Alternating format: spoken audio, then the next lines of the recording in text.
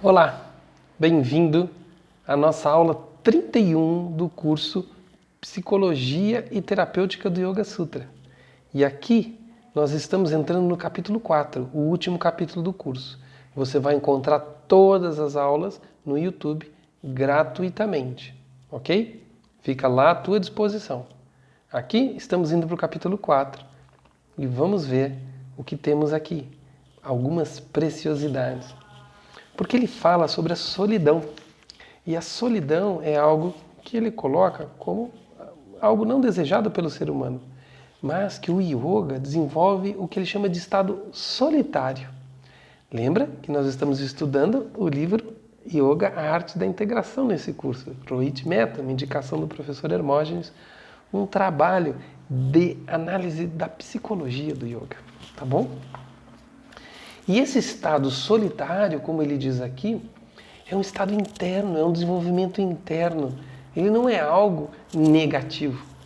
Ele podemos estar solitários mesmo na companhia de milhares de pessoas. Este estado solitário, pois na comunhão não há lugar para o outro, é um estado não dual, no qual o observador não tem qualquer lugar.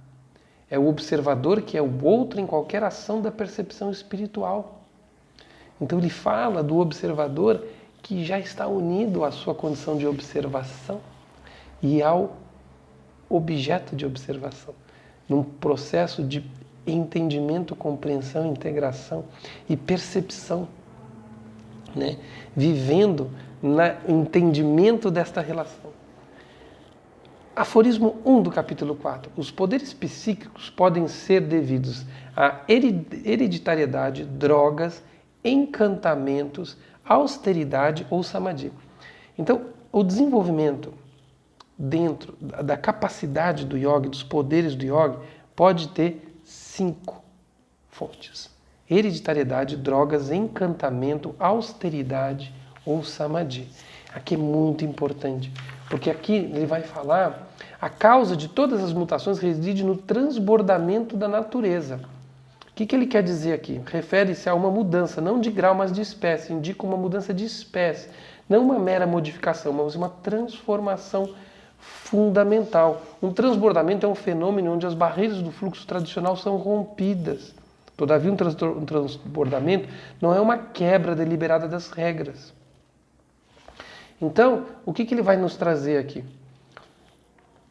Assim, através das graves mutações que se torna possível o início dos novos processos evolutivos. Lembra que Patanjali, nos aforismos anteriores, falou do processo evolutivo gradual. No aforismo 3 ele diz: a causa instrumental não pode alterar os componentes hereditários, pode apenas remover obstáculos, da mesma maneira que um agricultor irriga o campo. Há 2 categorias de causação conhecidas e descritas na psicologia hindu. Uma é a nimitta, instrumental, e a outra é o padana, ou material. Ao fazer um pote de barro, o ceramista é causa instrumental e nimitta, enquanto que o barro é a causa material. Então ele está falando, isso aqui é muito interessante estudar de maneira mais profunda para a gente entender o funcionamento do karma. Na causa instrumental encontra-se o esforço da mente humana. Patanjali afirma nesse sutra que as mudanças fundamentais não podem ser ocasionadas através de nenhum esforço da mente humana. Por isso a importância da prática, por isso a importância do desenvolvimento gradual. A expressão utilizada por ele é Prakritanvarana Bedam, que significa a remoção dos obstáculos das tendências naturais inerentes. Qualquer esforço consciente da mente surge do passado, portanto, seja o que for que fizer, automaticamente reforça o passado ou está relacionado ao passado.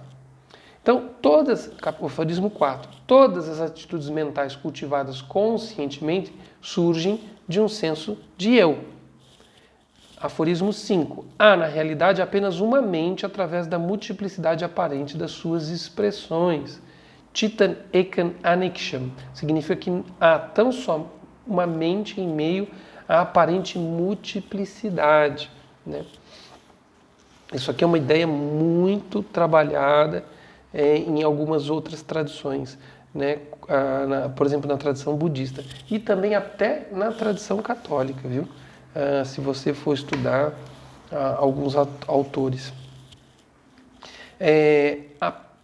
No aforismo 6, apenas o estado nascido da meditação é completamente livre de todos os motivos. Então, eu vou retornar, porque isso aqui é um ponto polêmico, mas muito importante. Ele vai dizer: os poderes psíquicos podem ser devidos à hereditariedade, drogas, encantamentos, austeridades ou samadhi. Então, o que é o samadhi? Lembra que ele vem explicando, e samadhi é o processo final do desenvolvimento dos 8 passos. Aí ele está dizendo, no aforismo 6, apenas o estado nascido da meditação, então o relacionado nascido com dhyana, ou seja, samadhi, que surge de dhyana, é completamente livre de todos os motivos. É o verdadeiro estado. Então ele está dizendo o seguinte: hereditariedade, drogas, encantamentos, mantras, austeridades, processos de negação do mundo não são maduros para o desenvolvimento espiritual. Está escrito no Yoga Sutra. O Patanjali deixa de maneira clara a experiência da prática espiritual dos yogis, a experiência da prática espiritual na Índia, aqui no Yoga Sutra. Está escrito. Então, eu vejo muita gente na área do yoga confuso, né, com a questão dos mantras, dos kirtas, das regras, dos rituais, preocupados com drogas e substâncias para desenvolver estados mentais. Já é comprovado por anos de experiência, né, de que isso não leva à maturidade da consciência e ao desenvolvimento dela da forma gradual, como o yoga propaga. Então, se você vê yoga misturado com essas outras coisas, você fique atento, porque está no Yoga Sutra, que não é este o caminho, né? Aforismo 6, de 1 a 6 no capítulo 4, vai trazer muito claro esse entendimento, tá bom? Aforismo 7. O karma de um yogi não é bom nem mal. No caso dos demais, o karma é de natureza tríplice. O que ele quer dizer assim? Por que Patanjali subitamente aborda o tema karma? Nesta questão ele está relacionando, ele está preocupado com Kaivalya, com a liberdade absoluta, por isso que ele trata do tema karma. Um dos fatores que parece impedir o aspirante de chegar à experiência dessa liberdade é o processo operante do seu próprio karma. Por isso a necessidade de estudar e perceber a origem dos karmas. O karma tríplice dá origem a certas tendências que tornam ativas em condições que lhes são favoráveis. Embora separadas por tempo, espaço e diversidade, aforismo 9, embora separadas por tempo, espaço e diversidade de características, há uma continuidade que é conferida a essas tendências pelo hábito e pela memória.